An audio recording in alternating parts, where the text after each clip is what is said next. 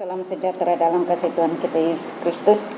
Baik kita seberapa yang ada, kita mulaikan ibadah kita sama-sama bangkit berdiri. Kita angkat pujian, kasih Allahku sungguh telah terbukti.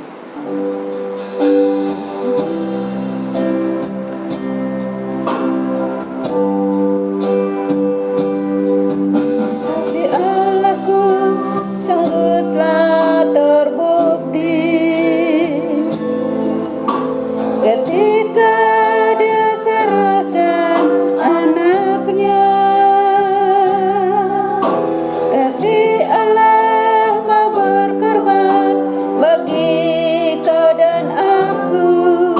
Tak ada kasih seperti kasih Allahku sungguh telah terbukti. Kasih Allahku sungguh telah terbukti ketika Dia serahkan anaknya. Kasih Allah mau berkorban bagi kau dan aku. Tak ada kasih seperti kasih-Mu. Bersyukur, bersyukur, bersyukur, bersyukur, bersyukurlah, bersyukur karena kasih setia-Mu. Ku sembah, ku sembah, ku sembah dan ku sembah selama hidupku. Ku sembah Kau Tuhan. Bersyukur, bersyukur, haleluya.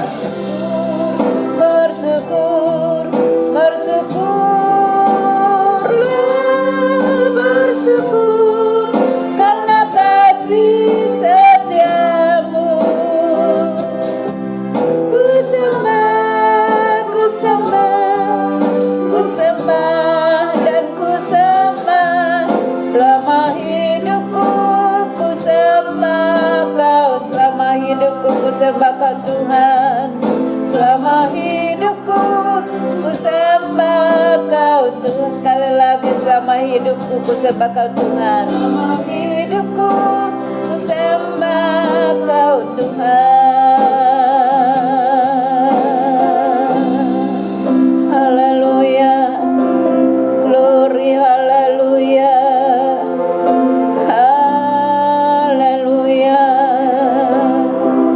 Kami sembah Engkau Yesus. Haleluya. Glory bagi-Mu Yesus. Haleluya. Haleluya. Engkau yang layak kami sembah. Glory bagi-Mu Yesus.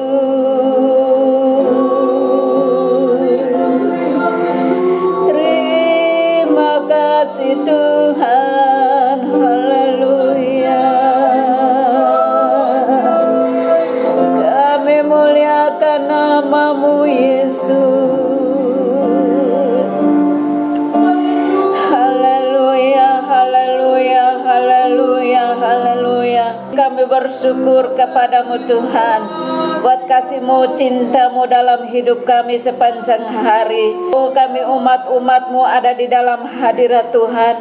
Kami rindu memuji dan memuliakan, mengagungkan Engkau ya Tuhan. Lebih daripada itu kami akan memuji dan memuliakan Engkau, menyembah Engkau. Bahkan kami akan mendengarkan kebenaran firman Allah. Tuhan Yesus, Engkau bawa kami agar kami terus ada di dalam hadirat-Mu Tuhan, menikmati kuasa-Mu dalam hidup kami, sehingga ketika kami pulang tidak seperti waktu kami datang, tetapi kami pulang, kami membawa damai sejahtera sukacita daripada Allah. Hamba-hamba-Mu yang mengambil bagian untuk melayani pekerjaan-Mu, baik hamba-Mu yang memainkan alat musik, hamba-Mu yang memandu kami di dalam memuji dan memuliakan Tuhan. Amat terlebih hamba-Mu yang akan berdiri dan mewakili Engkau menyampaikan isi hati Tuhan. Urapan-Mu turun atas setiap pelayanan hamba-hamba-Mu ya Tuhan. Jemaat Tuhan yang masih dalam perjalanan, Tuhan bawa mereka, Tuhan pimpin mereka, sehingga kami sama-sama memuliakan dan mengagungkan nama-Mu ya Tuhan. Terpujilah nama-Mu Yesus kekal selama-lamanya. Biarlah jadi di dalam nama Tuhan Yesus Kristus adalah Tuhan dan Juru Selamat kami. Haleluya. Amin. Silakan duduk. Angkat pujian, betapa baiknya Engkau Tuhan.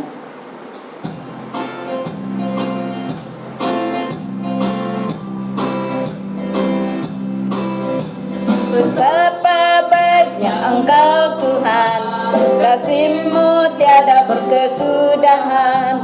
Betapa mulia kasih-Mu Yesus, jiwaku diselamatkan. Betapa baiknya Engkau Tuhan, kasih-Mu tiada berkesudahan.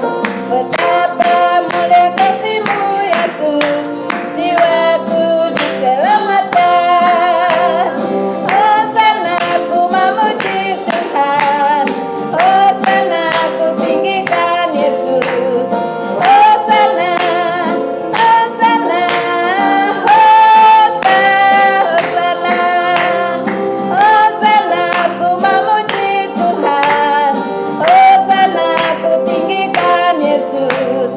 Hosana, hosana, hosana. Haleluya. Kita akan mendengarkan kebenaran firman Tuhan yang merupakan kekuatan dalam hidup kita. Kita sama-sama bangkit berdiri, kita angkat pujian Saat Ku Tak Melihat Jalan-Mu.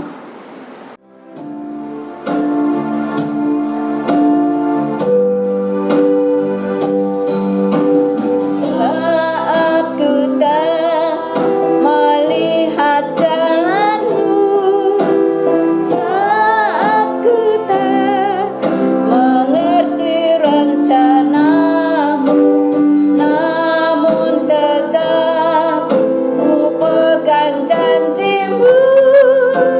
Pengharapanku hanya padamu. Saat ku tak melihat jalan-Mu, saat ku tak melihat jalan-Mu, saat ku tak mengerti rencana-Mu, namun tetap ku pegang janji-Mu.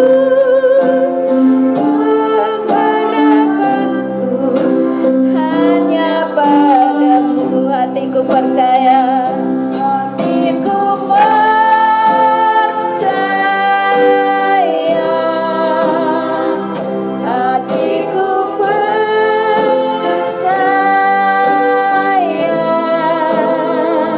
hatiku percaya, selalu ku percaya. Hatiku percaya, hatiku percaya. Amin, haleluya. Hatiku percaya, hatiku percaya, selalu ku percaya. Sekali lagi katakan, hatiku percaya. Haleluya. Wah, hati kami terus percaya kepadamu Tuhan. Sekalipun kami tidak melihat dengan mata, namun kami percaya masih ada janji Tuhan dalam hidup kami. Haleluya. Hatiku percaya, selalu ku percaya.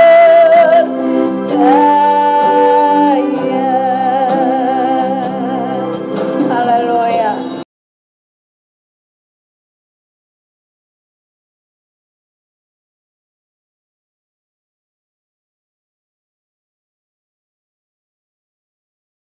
Haleluya, puji Tuhan. Kita sudah memuji Tuhan, kita sudah menyembah Tuhan, kita Kita yakin, kita percaya setiap pujian kita menyenangkan hati Tuhan. Dan puji Tuhan, mari kita segera membuka Alkitab kita. Kita melihat di dalam Injil Markus pasal yang ke-27. Kita akan membaca dari ayat yang ke-24 sampai ayatnya yang ke-30.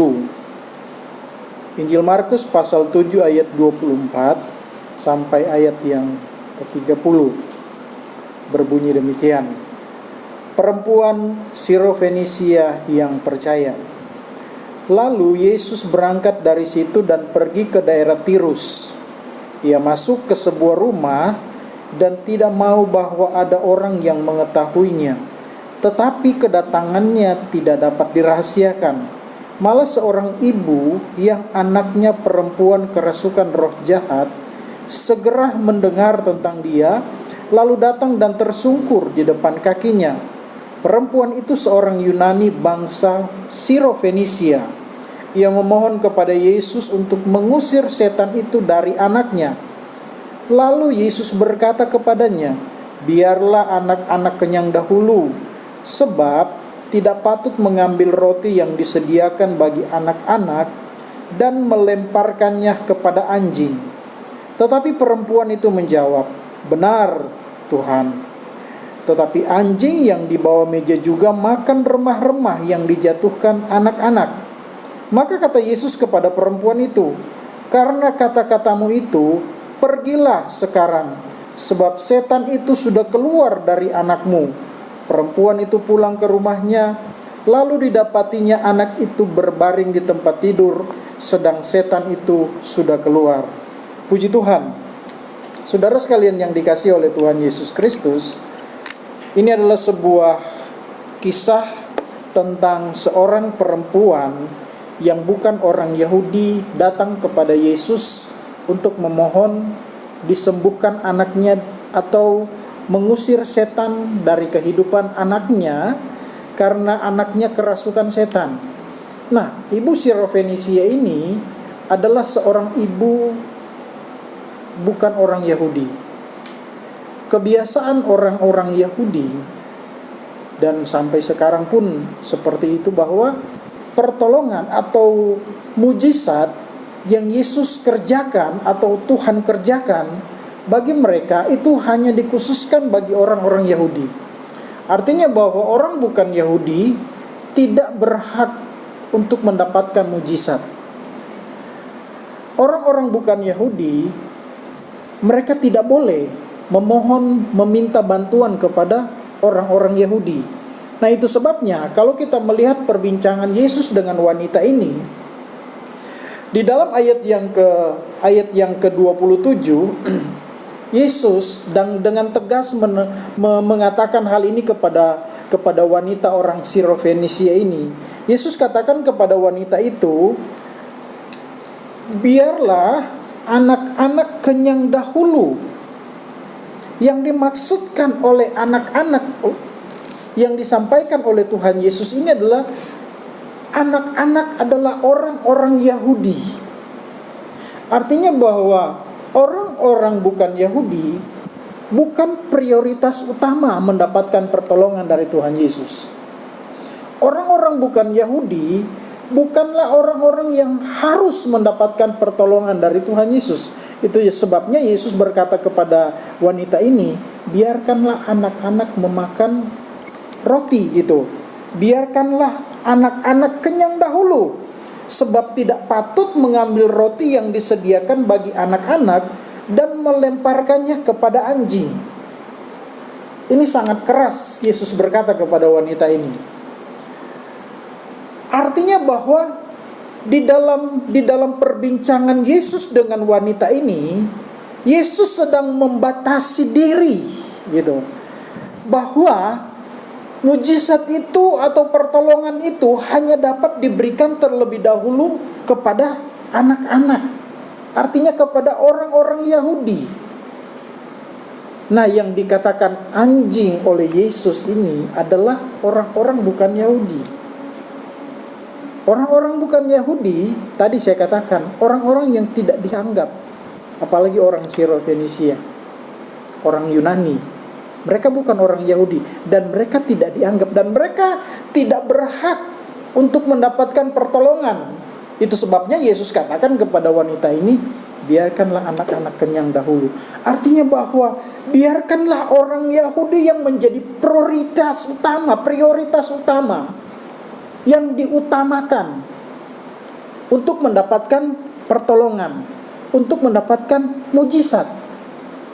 Nah, dari perbincangan ini kita dapat mengambil sebuah makna di sana. Artinya bahwa makna ini bahwa pertolongan Tuhan hanya ditujukan kepada orang-orang Yahudi, gitu saudara. Artinya bahwa Yesus membatasi mujizat itu. Nah, kalau kita berbicara tentang orang Yahudi rohani, di dalam surat kepada jemaat di Roma, Paulus katakan, kita yang tadinya bukan orang percaya, artinya kita yang bukan keturunan dari Abraham, tapi kita dicangkokkan. Artinya kita adalah orang-orang Yahudi rohani. Kalau kita membaca di dalam surat Paulus kepada jemaat di Roma. Nah, kalau kita hubungkan dengan ayat ini, artinya bahwa pertolongan Tuhan, mujizat Tuhan hanya dapat diberikan kepada orang yang percaya kepada Tuhan. Kalau kita melihat di dalam Injil Matius, dalam pasal yang ke-15, Injil Matius pasal yang ke-15, dalam kisah yang sama juga Yesus dengan tegas berkata juga dengan kisah yang sama ini. Matius pasal yang ke-15 ayatnya yang ke-24. Kalau sini dikatakan perempuan Kanaan yang percaya. Sama, orang Kanaan, orang Sirofenisia sama. Nah, di sana ayat yang ke-24 Yesus berkata, jawab Yesus, aku diutus hanya kepada domba-domba yang hilang dari umat Israel. Nah, ada sedikit perbedaan antara penulisan dari Injil Matius dengan Injil Markus. Di dalam Injil Markus, Yesus berkata, biarkanlah anak-anak. Nah, sekarang kita melihat anak-anak. Anak-anak tadi saya katakan itu adalah orang-orang Yahudi. Dan saya mau katakan anak-anak itu adalah orang-orang yang percaya. Sementara di dalam Injil Matius, Yesus berkata, aku diutus hanya kepada domba-domba yang hilang dari umat Israel. Siapa domba-domba yang hilang? Domba-domba yang hilang adalah orang-orang yang tadinya tidak percaya, kemudian percaya kepada Tuhan. Itulah domba-domba yang hilang. Yang tadinya tidak percaya kepada Tuhan, kemudian percaya kepada Tuhan. Merekalah yang berhak untuk mendapatkan pertolongan Tuhan. Nah, kalau kita kembali di dalam Injil Markus tadi, di ayat selanjutnya, dalam perbincangan Yesus dengan wanita ini, Yesus berkata, wanita ini berkata, kalau kita lihat di dalam Injil Markus tadi ayat yang ke-28, Injil Markus pasal 7 ayat 28, tetapi perempuan itu menjawab, benar Tuhan, tetapi anjing yang di bawah meja juga makan remah-remah yang dijatuhkan anak-anak. Inilah sebuah jawaban dari seorang wanita yang tadinya wanita yang bukan orang Yahudi, wanita Kanaan. Dia berkata, anjing memakan remah-remah yang dijatuhkan oleh anak-anak. Artinya bahwa wanita ini percaya bahwa orang-orang yang berharap kepada Tuhan pasti akan mendapatkan pertolongan itu. Itu sebabnya Yesus katakan kepada wanita itu di dalam ayat selanjutnya, Yesus katakan kepada wanita ini, maka kata Yesus kepada perempuan itu, karena kata-katamu itu, pergilah sekarang sebab setan itu sudah keluar dari anakmu. Karena kata-katamu itu, kata Yesus kepada wanita ini, karena perkataan wanita itu. Apa sih yang dikatakan oleh wanita itu yang membuat Yesus mau mengusir setan yang ada pada anaknya yang tidak ada di situ tapi ada di tempat yang lain. Pemahaman dari seorang wanita Sirofenisia ini, dia katakan kepada Yesus bahwa orang-orang yang bukan Yahudi menerima remah-remah dari orang-orang Yahudi. Artinya bahwa mereka mendengar dan mereka percaya akan mujizat Tuhan. Nah, kalau kita melihat di dalam Injil Matius tadi, Yesus berkata, "Aku datang kepada domba yang hilang." Artinya Yesus mau memberikan kesembuhan kepada semua orang yang percaya. Jadi kesembuhan, pertolongan itu hanya diberikan kepada orang yang percaya, bukan hanya kepada orang Yahudi saja, tetapi kepada semua orang yang percaya. Siapapun dia yang percaya kepada Tuhan, dialah yang berhak menerima mujizat itu. Itu sebabnya Yesus berkata kepada wanita itu, "Karena kata-katamu itu." Artinya Yesus melihat, Yesus mendengar apa yang disampaikan oleh wanita ini, bahwa dia pun mengalami, melihat bahwa Tuhan itu adalah Tuhan yang sanggup menyembuhkan, dan dia percaya bahwa Tuhan sanggup menyembuhkan anaknya. Itu yang Yesus lihat. Saudara sekalian yang dikasihi Tuhan, Yesus bukan membatasi mujizat itu hanya kepada orang-orang Yahudi, tetapi Yesus membatasi mujizat itu hanya kepada orang-orang percaya. Bagaimana kalau orang Yahudi tidak percaya? Berarti dia tidak akan mengalami mujizat. Hanya kepada orang-orang yang percaya kepada Tuhan. Yesus mau menyembuhkan, Yesus mau memberikan pertolongan hanya kepada orang-orang yang percaya. Yesus tidak mau orang datang kepada dia hanya membutuhkan pertolongan itu saja. Setelah pertolongan itu dia miliki, dia tinggalkan Yesus. Itu yang Yesus tidak mau. Yesus mau menolong kepada orang-orang yang percaya. Artinya mujizat itu hanya ditujukan kepada orang-orang percaya. Sekarang banyak orang Kristen, tapi Kristennya cuman Kristen di KTP doang. Dia sudah tidak percaya lagi kepada Tuhan. Dan Yesus batasi untuk hal itu. Artinya bahwa mujizat hanya dapat diberikan kepada orang-orang percaya. Kalau kita melihat di dalam Injil Matius pasal yang ke-7, Injil Matius pasal yang ke-7, Injil Matius pasal yang ke-7 ayat yang ke-6 berkata begini, "Jangan kamu memberikan barang yang kudus kepada anjing, dan jangan kamu melemparkan mutiaramu kepada babi, supaya jangan diinjak-injaknya dengan kakinya, lalu ia berbalik mengoyak kamu." Nah, Yesus katakan hal ini kepada murid-murid. Dan Yesus menegaskan akan hal ini bahwa, nah tadi saya katakan, Yesus hanya membatasi mujizat pertolongan itu hanya kepada orang percaya. Karena Yesus tidak akan mau memberikan mujizat kepada orang yang tidak percaya. Ibarat seperti Yesus katakan di sini, melemparkan barang yang kudus kepada anjing, atau melemparkan mutiara kepada babi. Artinya itu tidak ada arti sama sekali. Malah justru dia akan berbalik mengoyak kamu, dia akan berbalik menyerang kamu. Jadi pertolongan itu, mujizat itu hanya diberikan kepada orang-orang yang percaya, kepada orang-orang yang percaya. Entah dia orang Yahudi, entah dia orang Samaria, entah dia orang mana kek, yang percaya kepada Tuhan. Mujizat itu diberikan kepada orang yang percaya, siapapun dia. Kalau dia percaya kepada Tuhan, dia berhak menerima mujizat itu. Siapapun dia. Tapi kalau dia tidak percaya, tidak akan pernah dia mengalami mujizat dari Tuhan. Kenapa? Karena dia tidak percaya. Itu seperti melemparkan, dikatakan oleh Yesus, memberikan barang yang kudus kepada anjing, memberikan mutiara kepada babi. Artinya itu tidak ada arti sama sekali bagi dia. Orang-orang seperti itu adalah orang-orang yang hanya membutuhkan pertolongan saja. Ketika pertolongan itu diberikan, selesai, dia tinggalkan Tuhan.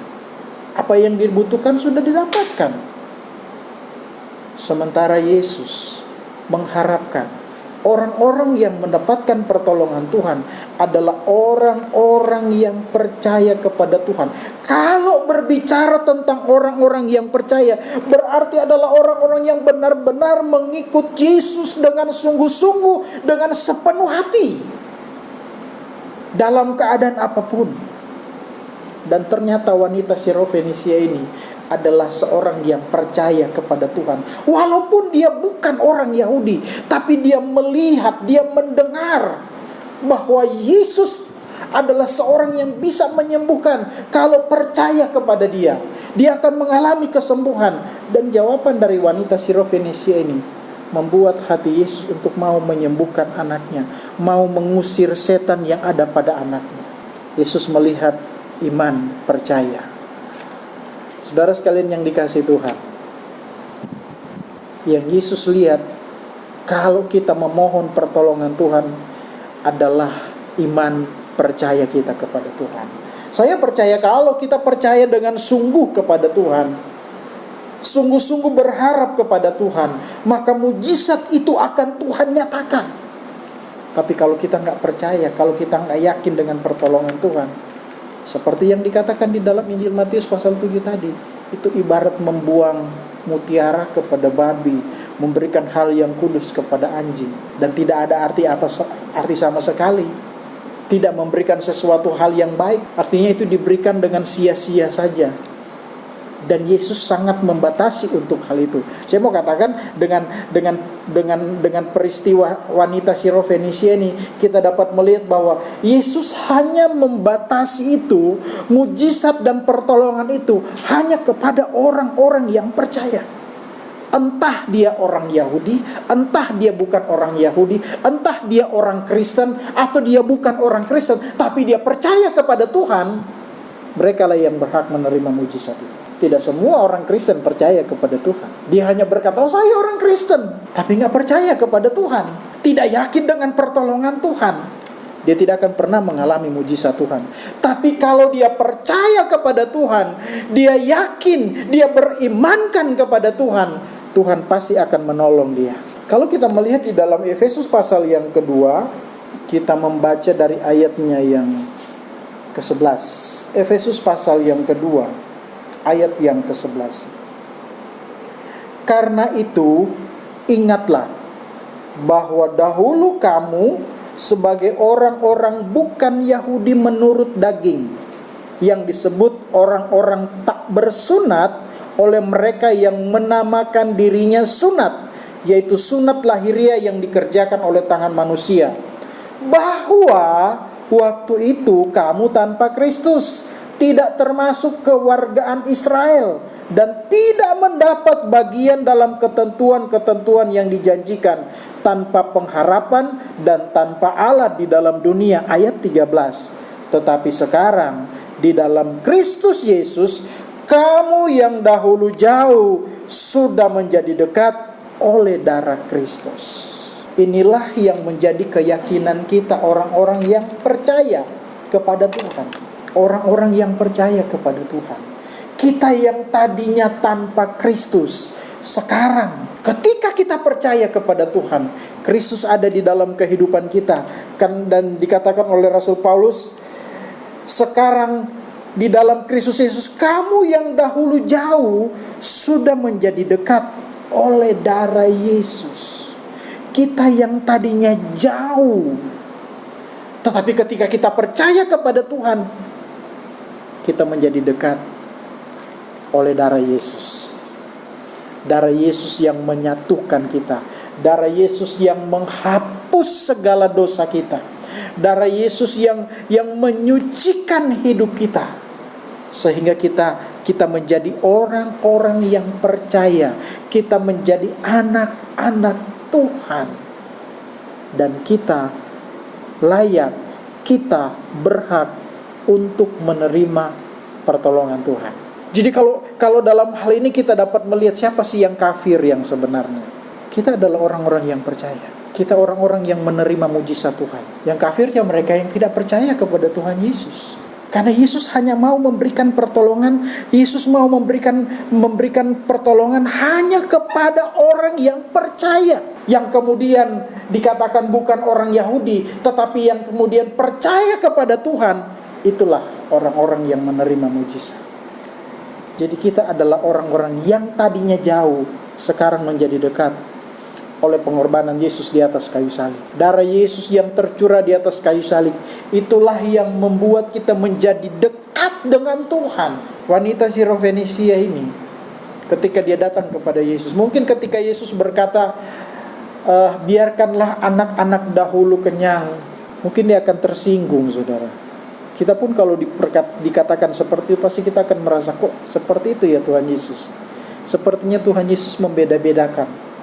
Tapi sebenarnya Yesus bukan membedakan, tapi Yesus menegaskan bahwa mujizat itu hanya diberikan kepada orang yang percaya. Siapapun dia yang percaya kepada Tuhan layak menerima mujizat dari Tuhan. Apapun dia layak menerima mujizat dari Tuhan, kalau dia percaya kepada Tuhan. Dan kita adalah orang-orang yang percaya kepada Tuhan. Karena kita percaya kepada Tuhan, itu sebabnya Tuhan selalu memberikan pertolongan kepada kita. Tuhan selalu memberikan mujizat kepada kita. Ada saja Tuhan nyatakan mujizat kepada kita. Ada saja hal-hal yang indah yang Tuhan kerjakan kepada kita, orang-orang yang percaya. Kita adalah orang yang percaya. Kita adalah anak-anak Tuhan. Kita yang tadinya jauh, sekarang menjadi dekat, dan kita layak menerima itu. Paulus katakan,